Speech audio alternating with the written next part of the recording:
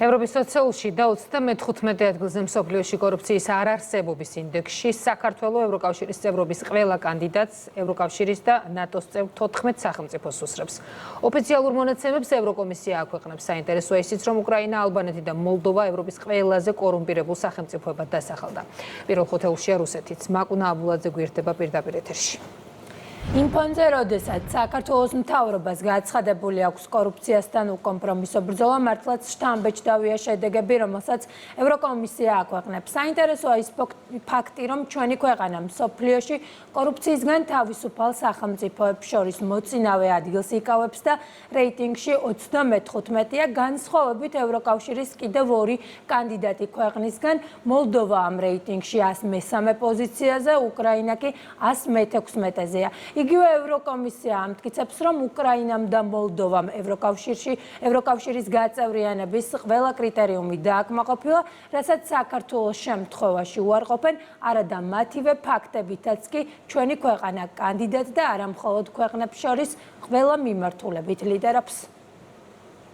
საქართველოს მორიგი აღიარება ევროკომისია ამჯერად კვლევას კორუფციის არარსებობის ინდექსის შესახებ აქვეყნებს. ჩვენი ქვეყანა ევროპის მასშტაბით საუკეთესო 20-ში მოხვდა. შეფასების 100%-იანი სისტემით 67% დაიმსახურა და მსოფლიოში 35 ადგილი დაიკავა. ამავე კვლევის მიხედვით საქართველოს, როგორც ქვეყანა, სადაც კორუფცია მინიმუმამდეა დაყვანილი, უსწრებს ევროკავშირის ყველა კანდიდატ ქვეყანას, ევროკავშირის და ნატოს წევრ 14 სახელმწიფოს, მათ შორის იტალიას, ხორვატიას, საბერძნეთს, სლოვენიას, სლოვაკეთს, რუმინეთს, უნგრეთს, ბულგარეთს, მალტას, კვიპროსს, მონტენეგროს, ჩრდილოეთ მაკედონიას, თურქეთს და ალბანეთს. ყველაზე კორუმპირებულ ქვეყნებად კი კვლევის მიხედვით დასახელებულია უკრაინა, ალბანეთი და მოლდოვა.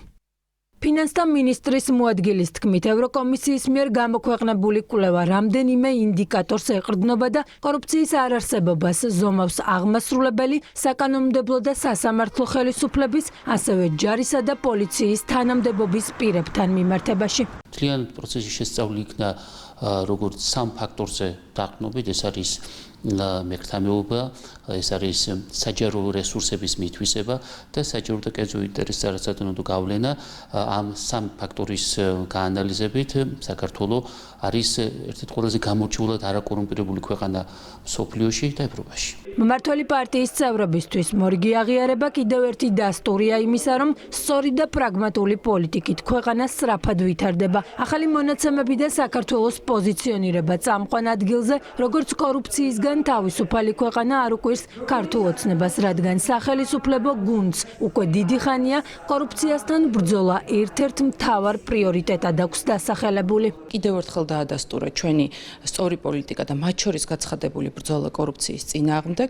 საქართველოს ერთგული არის დემოკრატიის ყველა პრინციპების მიმართულებით და რაც თავარია, ჩვენ ამ მიმართულებებით კონკრეტული პროგრესი გვაქვს, რასაც თავადვე ევროკავშირის ინსტიტუციები აღიარებენ, თუმცა სამწუხაროდ მათი რიგი წარმომადგენლები ამ ყველაფერს უგულვებელყოფით ემუქრებიან საქართველოს და ქართულ ხალხს. როდესაც არა მხოლოდ პოლიტიკური განცხადებები, არამედ პრაქტიკაში განხორციელებული საკანონმდებლო ცვლილებები და აღმასრულებელი ხელისუფლების და ყველა სამართალდამცავი ორგანოს საქმიანობა მიმართულია იმისკენ, რომ მაქსიმალურად აღმოიფხვრას სახელმწიფო ბიუჯეტის ხარჯზე საკუთარი კეთილდღეობის მოწყობა სხვადასხვა დამნაშავე პირების მხრიდან, შედეგს ვიღებთ, რომ კორუფციის არარსებობის ინდექსს ევროკომისია მსოფლიო მართლმსაჯულების პროექტის კანონის უზენაესობის გამოკვლევის ფარგლებში ყოველწლიურად აქვეყნებს. მთავრობის გაცხადებული პოზიციაა, რომ კორუფციასთან ბრძოლა იქნება უკომპრომისო და ჩვენს ქვეყანას აქვს ამბიცია, რომ საქართველოს საუკეთესო სამეულში მოხვდეს.